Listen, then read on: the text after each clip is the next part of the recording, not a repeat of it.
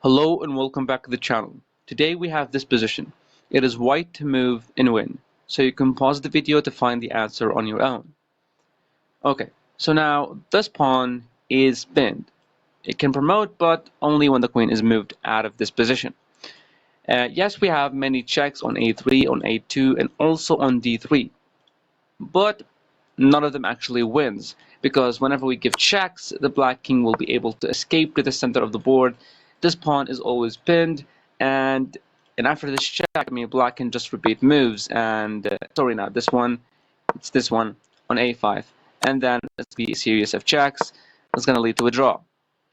So the only way to win this position is to force black to move the queen away from here so that we can peacefully push this pawn. But in order for us to do that, we have to limit black's moves. So for example, we have to play this move queen to b4. Black cannot move his king, as you can see. The only piece that can move for black is this queen. Okay, so now if the queen moved anywhere else, for example, if you're wondering why this move doesn't work, that's a check we can promote right away with a knight. This is literally checkmate. He's forced to take it, and after we take, this is winning for white. So black cannot give this check. Black must keep this pin on the board. Okay, so after this queen to b4 move, black cannot move his king, so only the queen can move, and the queen must stay on this diagonal to stop this pawn from promoting. So we have queen d5, queen f3, queen g2, and queen h1. Let's see first of all what happens if black played queen to d5. Here, we need to figure out a way to trade the queens off the board, and then we can safely promote this pawn and win the game. And the best way to do that is to give a check first on a4. Actually, there's a huge difference between a4 and a3. a3 is not going to be a win anymore because black can play this, I believe. Yes. And that's going to be a draw. So instead of that, we play queen to a4 check, forcing, of course, black cannot block because we can take, and after king takes, we promote and win the game. But if black played king to b6 in this position, now we have to trade the queens off the board, and then we will be able to promote. How can we do that? How can we trade the queens and then be able to promote? The beautiful move is queen b3 check, forcing black to take the queen, and then we will promote, king will move, and we win the queen. And if black decided not to take after this check, for example, moves here to defend, we can just still takes, and then we promote. This is still winning. That's why, after this queen to b4 move, black cannot play queen to d5. Because of the check, king here, check, we force the trade, and we promote and win. Okay, what about queen to f3? Well, here we do the exact same thing. We will play a check, we force the black king to the b file, and then we play a check, forcing him to take us, or if he did not take, just moved away, we just take his queen and we're winning. And if he takes, check, king moves, we win the queen, and that's still winning. So it's not queen d5, not queen f3. What about queen g2? That could be good. Well, here we have to play a really cool move, and that is queen to a3 check. The reason for that we're forcing black to go to the b file. Okay? And once black goes there, like for example, king b5, king b6, it doesn't really matter, because then the reason we played queen a3 because we want to go back to the b file, forcing black to take us, and then we will promote, win the queen back, and win the game. So after queen b4, the queen must remain, here to pin this pawn. Cannot go here, here, or here. So the only square left, it is queen to h1. Okay, now what do we do? Well, now we try to do the exact same thing, but in a different manner. So we play queen a3 check, okay, forcing the black king to go to the b file. If black played, for example, king b5, king here, the same thing. Like for example here, we play another check on b2.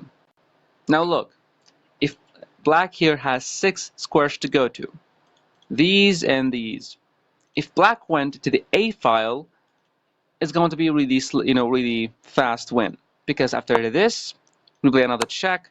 We force the black king again to the B file. Then we sack the queen. He must take it. We promote and win. Okay. That's why after this, after this queen b2 check, black cannot go to the A file. Okay. What about the C file? Right? So now look. If black went here, king to c6, well then we can promote because the queen is no longer pinning us. After this, yes, black has this check, but then we can move. Yes, black has another check, but then we can just block. And we're totally fine here. Black must take, we take back. This is a winning endgame. Okay. So what about we have king to c5 and king to c4.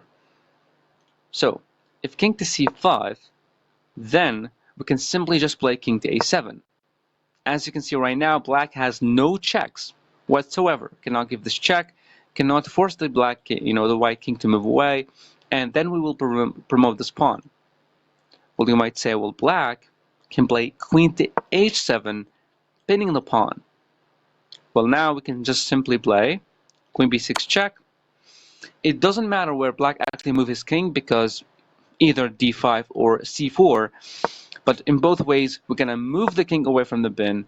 Black has no checks whatsoever. Then we're going to promote on the next move, and it's going to be 100% winning. Okay.